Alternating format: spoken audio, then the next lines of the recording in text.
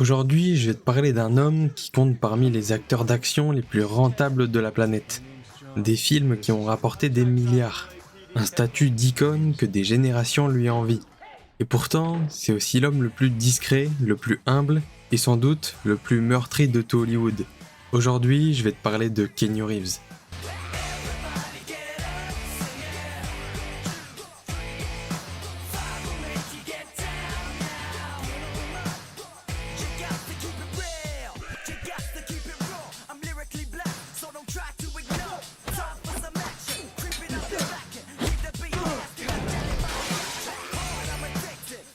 Derrière la légende, il y a un gamin que la vie a tout fait pour briser. Un père qui disparaît, des deuils à répétition, une enfance qui aurait pu le transformer en l'homme le plus amer de la Terre. Alors voilà la vraie question, celle à laquelle on va répondre ensemble aujourd'hui. Comment ce gamin brisé est-il devenu une légende de l'action? Et surtout, pourquoi est-ce que le monde entier l'aime autant? Reste avec moi, parce que la réponse est plus bouleversante que tu ne l'imagines. Keanu Reeves naît le 2 septembre 1964. Et déjà, rien n'est ordinaire. Il vient au monde à Beyrouth, au Liban. Son prénom, Keanu, vient de l'hawaïen et signifie « la brise fraîche des montagnes ». C'est un joli nom pour un début de vie qui ne lui sera pas doux du tout.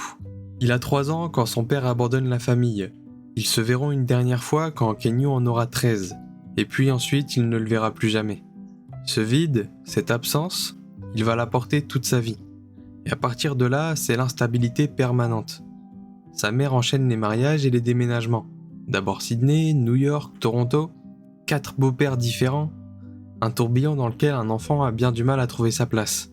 Quant à l'école, c'est un calvaire. En 5 ans, il passe par 4 lycées différents. Et il finit même par se faire renvoyer. Parce que Keanu est dyslexique. Et ça, à une époque où on comprenait encore mal ce trouble. Il le dit lui-même, « Comme j'avais du mal à lire, je n'étais pas un bon élève. » Son seul refuge, c'est la glace. Le hockey. Il devient gardien de but, et sacrément bon, au point qu'on le surnomme « The Wall », le mur en français. Et à ce moment-là, il ne rêve pas de cinéma. Il rêve de devenir hockeyeur professionnel. Et c'est là tout le paradoxe que je veux bien que tu gardes en tête. Tout, absolument tout, était réuni pour faire de ce gamin un homme brisé et rempli de colère. Et c'est exactement l'inverse qui va se produire. Une blessure au hockey met fin à son rêve sportif. Alors Keanu se tourne vers le théâtre, qu'il découvre à l'adolescence. Et un beau jour, il monte dans sa vieille Volvo 1969 et met le cap sur Los Angeles. Direction Hollywood avec presque rien en poche. Après quelques petits rôles, il explose en 1989 dans une comédie devenue culte, L'excellente aventure de Bill et Ted.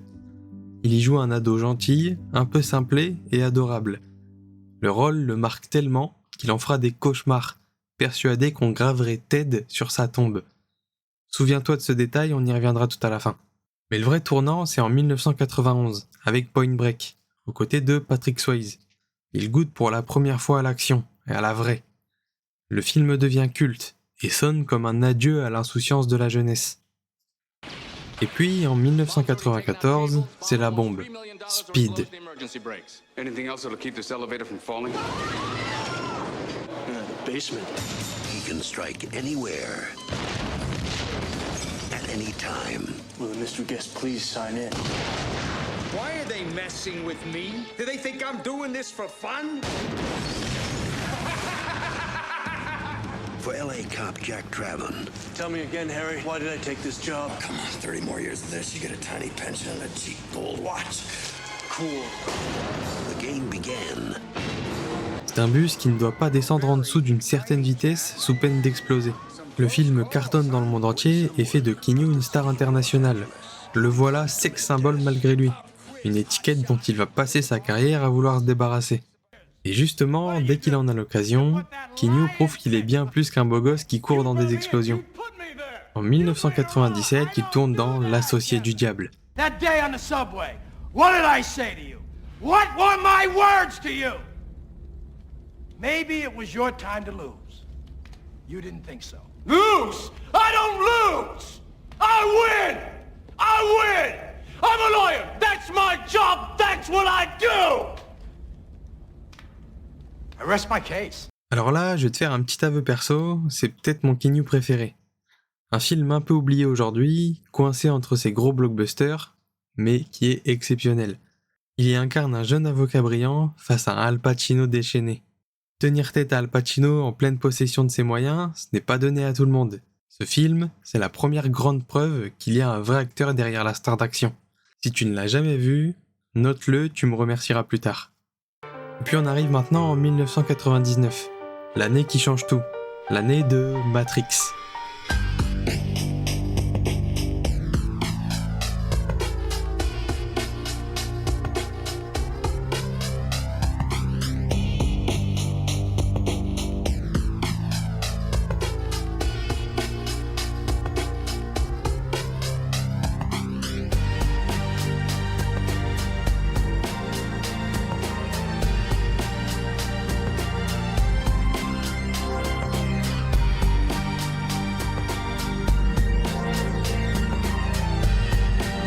Neo, c'est le rôle d'une vie. C'est un film révolutionnaire qui redéfinit le cinéma d'action et de science-fiction, et qui offre à Keanu l'un des personnages les plus iconiques de l'histoire du 7e art. La célèbre esquive des balles, le bullet time, tu l'as forcément en tête. Mais voilà ce que presque personne ne sait. Juste avant Matrix, Keanu souffrait d'un grave problème à la colonne, une vérité sciatique qui lui faisait perdre des sensations et l'équilibre. Il a dû subir une fusion de 2 vertèbres et se faire poser une plaque dans le cou, juste avant les 4 mois d'entraînement aux arts martiaux. Et le plus fou, il ne l'a dit à personne, par peur de perdre le rôle. Il a caché son opération à toute l'équipe et s'est entraîné en Minerve. Sur certaines images de répétition, on le voit d'ailleurs avec un collier cervical. Et puis, il y a cette anecdote qui, pour moi, résume tout le personnage. Sur les 3 films Matrix, Keanu a touché environ 114 millions de dollars. Et il en a reversé plus de 80 millions aux équipes des costumes et des effets spéciaux. Les techniciens, les gens de l'ombre, ceux que personne ne remarque. 80 millions, offerts, parce que pour lui, ces gens étaient les vrais artisans de la magie. Retiens bien ça, parce que ça annonce déjà la suite de son histoire. En 2005, il enfile le manteau d'un autre personnage que j'aime beaucoup, John Constantine. Un exorciste cynique en guérilla permanente contre les anges et les démons pour sauver son âme damnée. À sa sortie, le film est un peu boudé, notamment par les puristes du comics. Mais avec le temps, il est devenu culte, au point que les fans en réclament une suite depuis des années. Et il semblerait d'ailleurs qu'une suite soit prévue. Ce qui est marrant, c'est le fil rouge entre l'associé du diable et Constantine. Keanu passe son temps à affronter le diable et les forces de l'au-delà, comme si le cinéma avait senti quelque chose chez lui. Cette capacité à rester calme et digne au milieu des ténèbres. Et des ténèbres, justement, il en connaissait déjà beaucoup trop dans sa vraie vie.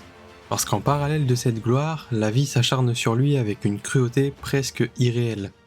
Je te préviens, cette partie c'est la plus dure. Mais c'est elle qui explique tout le reste. En 1993, son meilleur ami, l'acteur River Phoenix, meurt d'une overdose à seulement 23 ans. Les 2 hommes étaient très proches. Des années plus tard, Keanu dira encore, la voix serrée, « C'était un être humain et un acteur remarquable. Il me manque, je pense souvent à lui. » Ensuite, en 1999, il rencontre Jennifer Sim. Il en tombe amoureux, et elle attend leur fille. Mais à 8 mois de grossesse, leur bébé naît sans vie. Le couple dévasté ne s'en relève pas et se sépare. Et le destin ne s'arrête pas là. 18 mois plus tard, Jennifer meurt dans un accident de voiture. En l'espace de quelques années, Keanu a perdu son meilleur ami, sa fille et la femme qu'il aimait.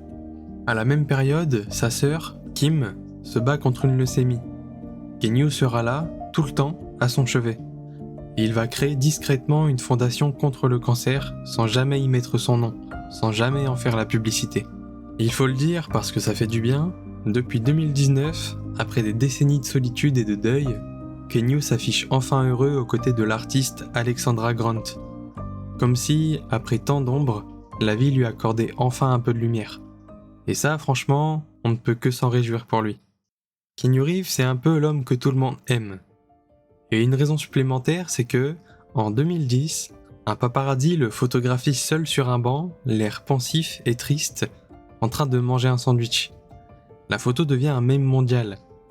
Sad Keanu. Mais il se passe un truc inattendu. Au lieu de se moquer, les internautes se prennent d'affection pour lui. Et c'est exactement là que quelque chose bascule. Le public ne tombe pas amoureux de l'acteur d'action. Il tombe amoureux de l'homme, parce que les histoires sur sa gentillesse commencent à circuler partout. Le milliardaire qui prend le métro comme tout le monde et laisse sa place à une femme debout, l'acteur qui connaît le prénom de chaque technicien sur un plateau et les remercie un par un, celui qui offre des cadeaux hors de prix à ses équipes de cascadeurs en fin de tournage. Un ouvrier des décors de Matrix a même raconté que Keanu, apprenant ses problèmes familiaux, lui avait discrètement offert une grosse somme pour l'aider. Aucune com, aucune photo, aucun calcul. Juste un mec qui, ayant traversé l'enfer, a décidé d'être profondément gentil. Voilà pourquoi, quand on parle de Keanu Reeves, tout le monde a le sourire. Mais revenons maintenant à sa carrière.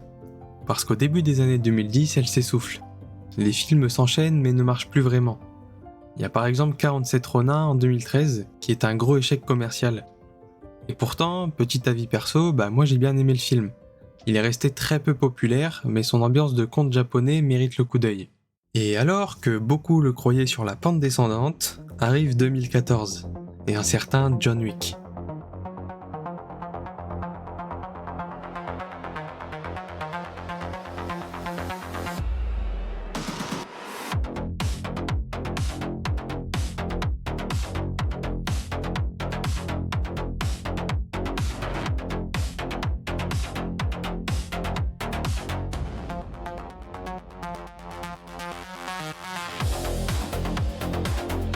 Ici, on a un tueur à gages à la retraite qui reprend du service parce qu'on a tué son chien, le dernier cadeau de sa femme défunte.